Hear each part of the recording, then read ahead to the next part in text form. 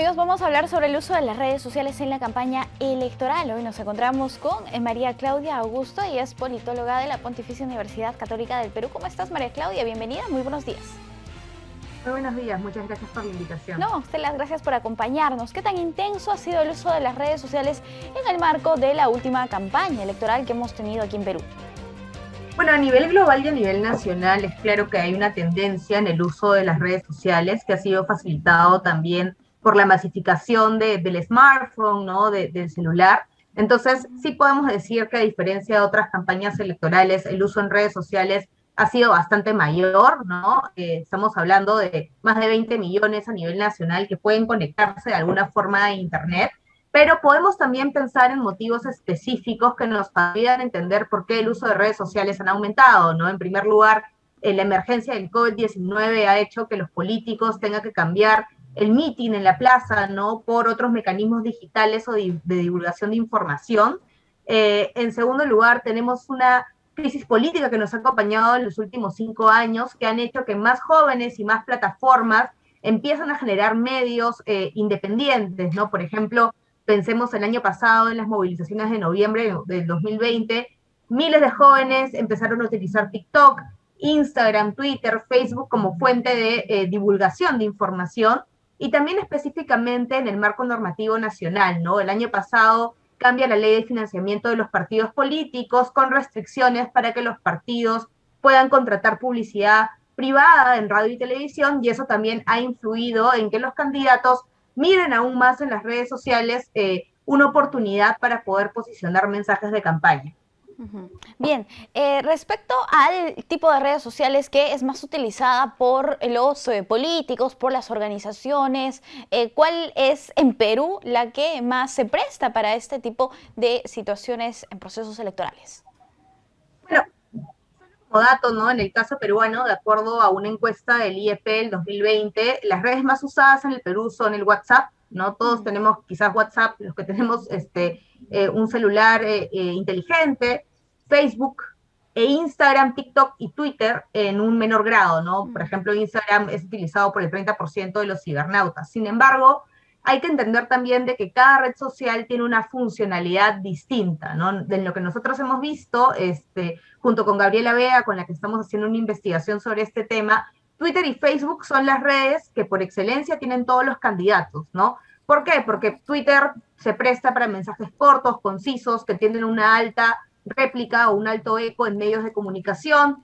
Facebook te da la oportunidad de tener mensajes más extensos, grupos de apoyo, entre otras cosas. Sin embargo, una novedad que vimos en esta campaña es que la mayoría de candidatos más punteros empezaron a emplear Instagram y sobre todo TikTok a través de videos, ¿no? De material audiovisual para poder posicionar sus mensajes.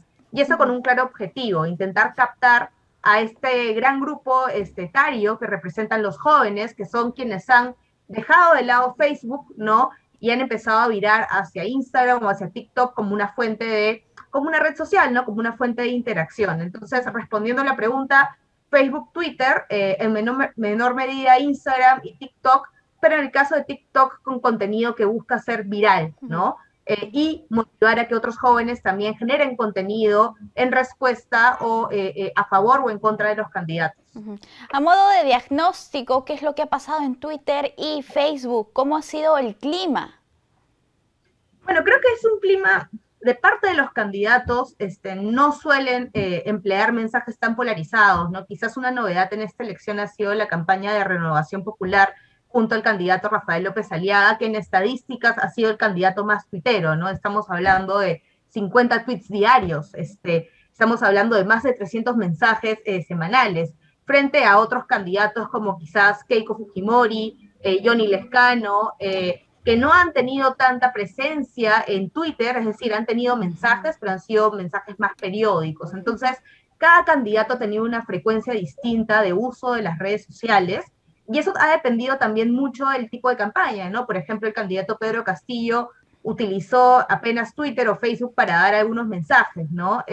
Pero no solo hay que ver los mensajes que publican los candidatos, sino también las interacciones que tienen las personas, los cibernautas, nosotros, hacia esos candidatos, ¿no? Por ejemplo, en la segunda vuelta ha habido bastante polarización que no necesariamente han venido de mensajes de candidatos, ¿no? Sino más bien de la ciudadanía que termina tomando una postura, termina haciendo tendencia. Y eso es lo interesante de las redes sociales, que es un espacio democrático en donde cualquier persona con un celular puede opinar, puede retuitear, puede dejar un comentario anónimo, por decirlo así. Bien, y también tenemos que ver que el candidato que tiene más interacciones en las redes sociales, más seguidores en estas, no necesariamente es el que tiene más respaldo al final en el tema de los votos. Si tenemos un ejemplo, tú nos mencionabas al candidato de Renovación Popular. ¿Cuáles serían los otros candidatos que tampoco pasaron a segunda vuelta y que tenían gran respaldo virtual, por así decirlo?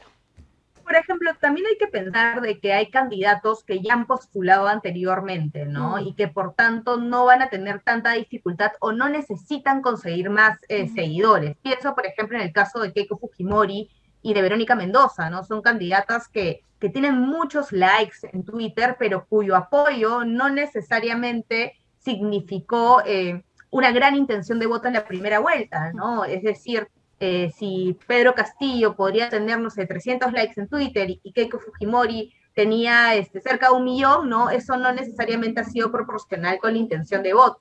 Hay otros candidatos que sí han crecido por el mismo hecho de ser nuevos, ¿no? Pensemos, por ejemplo, en Forsyth, en Hernando de Soto, en Rafael López Aliaga, que empiezan a tener un gran ascenso de likes, de búsquedas en redes sociales, pero eso tampoco se traduce en intención de voto, porque en verdad quizás muchos lo seguimos por estar informados, pero no necesariamente como una muestra de simpatía política hacia esos candidatos.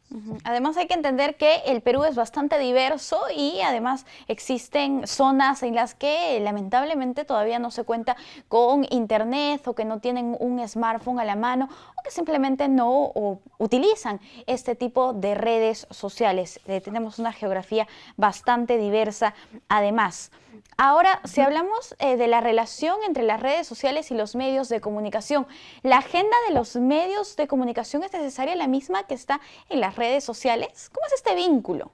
No necesariamente, quizás solo para hacer una pequeña acotación, ¿no? Algo que nosotras hemos identificado es que existen distintos tipos de campañas de redes sociales, ¿no? Por ejemplo, el solo hecho de tener, como tú lo decías, que acceder a redes sociales y tener una estrategia de videos, podcasts, audios, implica tener un equipo técnico, ¿no? Alguien que pueda asesorarte y decirte, anda por acá, estas son las estadísticas, ¿no? Y nosotros hemos identificado que en estas ocasiones pueden haber distintas categorías entre el partido y el candidato, es decir, candidatos que como no tienen un partido consolidado y son invitados de un vehículo electoral, tienen pues mucho más margen de maniobra para poder utilizar las redes sociales del candidato del partido, ¿no? O por otro lado, también tenemos partidos que tienen facciones y por tanto el tomar decisiones, incluso en redes sociales o a través de la campaña electoral, va a ser un poco más tedioso. Entonces es importante también pensar de que la gestión de redes sociales no es homogénea, ¿no? Hay candidatos que pueden privilegiar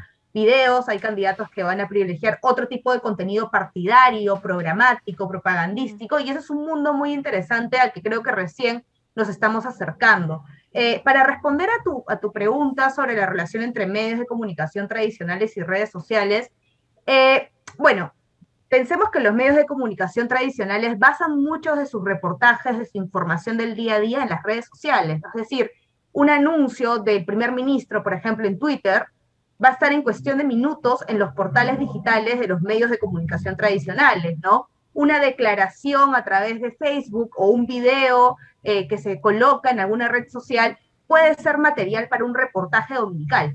Entonces, hay una conexión muy importante porque gran parte de la interacción en redes sociales, que es una interacción directa de el político, el ciudadano, con la ciudadanía, ¿no?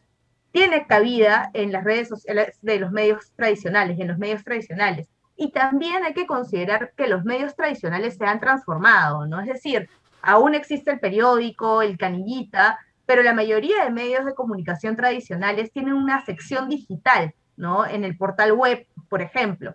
Y es más, están utilizando la figura de la suscripción digital para que nosotros podamos pagar por ese contenido que antes comprábamos en la esquina de nuestra casa. Entonces, sí hay una relación, pero también siento que los medios de comunicación tradicionales aún se están reestructurando, ¿no? Hemos visto el surgimiento de una gran cantidad de medios de comunicación independientes, ¿no? Gestados a través de redes sociales, que están haciéndole la competencia a estos medios de comunicación tradicionales en búsqueda de seguir brindando información. Entonces es interesante ver que los medios de comunicación tradicionales están presentes en redes sociales, se están digitalizando, están recogiendo información para sus reportajes, noticias, y al mismo tiempo también están encontrando una competencia que vive y sobrevive en redes sociales. Bien, ya resulta bastante difícil permanecer alejado, distanciado de las redes sociales en este tiempo de globalización. María Claudia, nosotros estamos muy agradecidos contigo por acompañarnos aquí en JNE Noticias. Esperamos también tenerte en otra oportunidad. Muchas gracias por la invitación y seguimos en contacto. Perfecto, Gracias, gracias por tu tiempo. Amigos, nosotros hemos conversado sobre el uso de las redes sociales en las campañas electorales. Vamos a hacer una pausa. Volvemos.